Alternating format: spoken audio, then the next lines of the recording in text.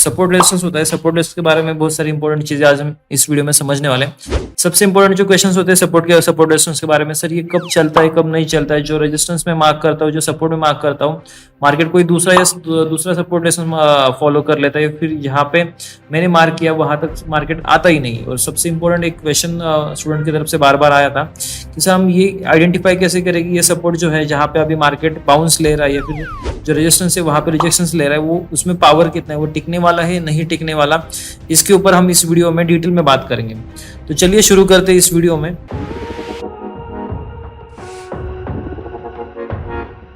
हाँ, सबसे पहले अगर हम सपोर्ट रेजिस्टेंस की बात करें तो सपोर्ट एक ऐसा लेवल है जहां पे मार्केट बार बार आके बाउंस कर रहा है, और रेजिस्टेंस एक ऐसा लेवल है जहां पे आने के बाद मार्केट बार बार नीचे आ रहा है। तो जैसे हमने एक सपोर्ट और रेजिस्टेंस मार्क कर लिया, लेट्स से हम सपोर्ट की बात पहले करेंगे।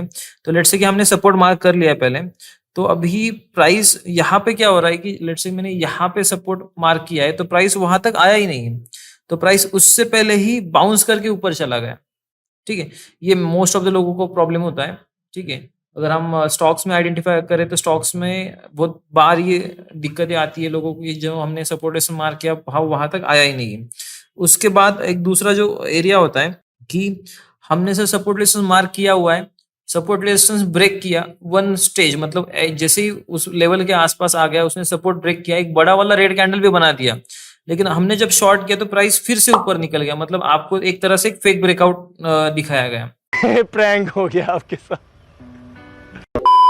ठीक है, और जो थर्ड लेवल होता है, थर्ड लेवल में प्राइस आपने जहां पे मार्किंग किया था, आपने जिस प्राइस रेंज में मार्किंग किया था, प्राइस वहां से एग्जैक्ट बाउंस किया, वहां पे फॉर्मेशंस बनाए, अच्छे खासे बुलिश कैंडल भी बना दिए, लेकिन उसके बाद प्राइस बाउंस करने के बाद उसने उतने ही फोर्स से फिर से उसने सपोर्ट ब्रेक कर दिया।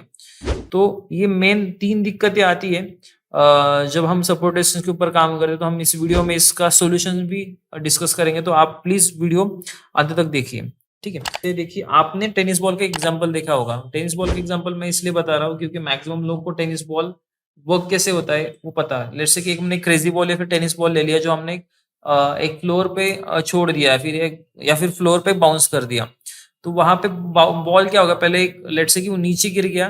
देखिए यहाँ पे आपको विजुअलाइजेशन में समझ में आएगा कि थोड़ा सा बाउंस कर रहा है, फिर से नीचे आ रहा है, फिर आप देखिए कि इतना बाउंस किया है और फिर से नीचे आ गया, उसी फ्लोर पे आके बाउंस कर रहा है, बॉल उस लेवल तक नहीं आ रहा है, उससे नीचे अभी बाउंस मतलब नीचे आ रहा है। इसका मतलब क्या है कि प्राइस में मतलब जो बॉल है, बॉल में जो बाउंसेस मिस कर रहा है, मतलब क्या है कि जो जिस लेवल पे उसने पहले बाउंस किया था उस लेवल में सेकेंड अटेम्प्ट में बाउंस नहीं कर पा रहा है। एक नॉर्मल सिनारियो होता है, हर किसी को पता होता है। तो इसका एक सिंपल मतलब है कि जो बॉल है अपना मोमेंटम लूज कर रहा है। लेट्स से अगर मैं वही बॉल एकदम स्टार्टिंग से एकदम जोर से पटकू तो पहला जो बाउंस आएगा उससे दुगना पावरफुल आ सकता है, क्योंकि वहां वहां पे आपका जो बॉल का मोमेंटम बढ़ रहा है। जैसे मैं आपको यहाँ पे एग्जांपल दिखा देता हूँ कि देखिए मैंने यहाँ से बॉल ऐसा बाउंस कर दिया, लेकिन नेक्स्ट वाला उससे ज्यादा बाउंस कर रहा है, मतलब यहाँ पे इंक्रीज इन मोमेंटम नजर आ रहा है। ठीक है, वैसे जो हमने पहला वाला सिनारियो देखा था उसमें हमें डिक्रीज इन मोमेंटम नजर आ रहा है, मतलब यहाँ पे बॉल का जो मोमेंटम, बॉल पे जो अप्लाई किया हुआ फोर्स है वो उतना काम नहीं कर पा रहा है। ठीक है, या फिर वो कम होते जा रहा है। तो सेम चीज यहाँ पे आपके सपोर्ट रेजिस्टेंस में भी काम करती है। ठीक है, तो अगर सपोर्ट के आसपास आने के बाद प्राइस लेट से कि यहाँ बाउंस कर रहा है, तो यहाँ पे देखिए जो लास्ट रेजिस्टेंस था, लास्ट जो स्विंग हाई था उसके कंपेरेटिवली जो नेक्स्ट वाला बाउंस आ रहा है वो थोड़ा सा लोअर बन रहा है, मतलब इसको हम अगर सीधी सीधी भाषा में कहें तो इसको हम लोअर हाइज बोलते हैं। ठीक है, अगेन प्राइस फिर से सपोर्ट के आसपास आ रहा है, सपोर्ट पे आने के बाद फिर से वो लोअर हाइज बना रहा है। लोअर हाइज बना रहा है मतलब ये जो हाई है प्रीवियस वाले हाई से भी नीचे की तरफ है, लेकिन प्राइस तो सपोर्ट के ऊपर बार बार टकरा रहा है, बार बार वहां पे बाउंस कर रहा है।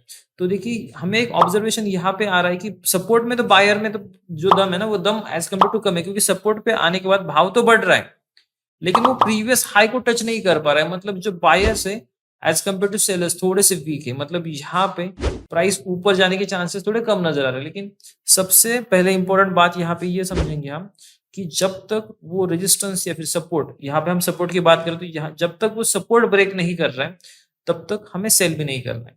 ठीक है, जैसे ही यहाँ पे हमें एक सॉफ्ट सिग्नल कहे या फिर एक थोड़ा सा आइडेंटिफिकेशन की यहाँ पे सपोर्ट ब्रेक करने वाले, ये आपको समझ में आ जाएगा।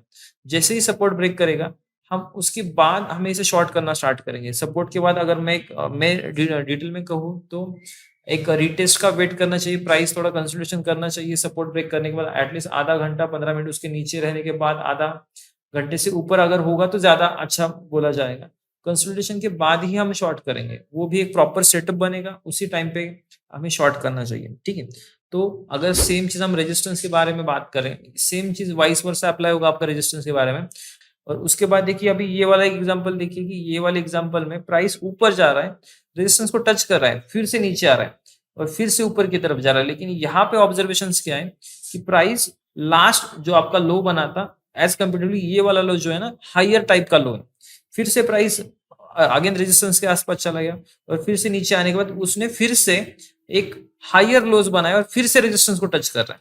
मतलब ये क्लियर इंडिकेशन है कि जो रेजिस्टेंस पे जो सेलर उसको एग्रेसिवली नीचे लेके आ रहे थे वो आज अभी इस टाइम पे उतने पावरफुल नहीं है कि वो प्राइस को फिर से नीचे लेके आ पाए।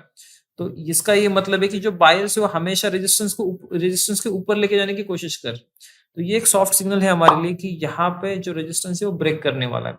हमें ऐसे बहुत सारे सिनेरियोज मिलेंगे, अगर आप कोई भी चार्ट स्ट्रक्चर देखेंगे तो आपको बहुत सारे एग्जांपल मिलेंगे। लेट्स से कि आप टीसीएस का एग्जांपल देख लीजिए। टीसीएस में लगभग 2018 से लेके लगभग 2020 तक लगभग 2280 2300 का लेवल फॉलो कर रहा था। लेकिन जब जुलाई अगस्त 2021 में जब प्राइस उसी के रेंज में कंसोलिडेशन कर रहा था, मतलब ये क्लियर इंडिकेशन है कि रेजिस्टेंस को आप ब्रेक करना चाहिए। तो उसके बाद देखिए कि मूवमेंट कितना बड़ा आ गया टीसीएस में। लगभग जो स्टॉक 2280 2300 के आसपास अटका हुआ था 2 साल से, अभी उसमें लगभग मोमेंटम उससे ज्यादा डबल का बन गया। मतलब स्टॉक लगभग यहाँ से 50% ज्यादा बढ़ गया।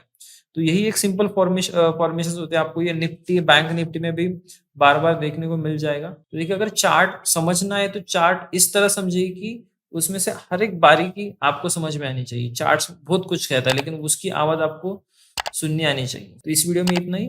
आई होप कि इस एजुकेशनल वीडियो में आपको कुछ वैल्यू मिली होगी। तो आज के लिए इतना ही। Thanks for watching.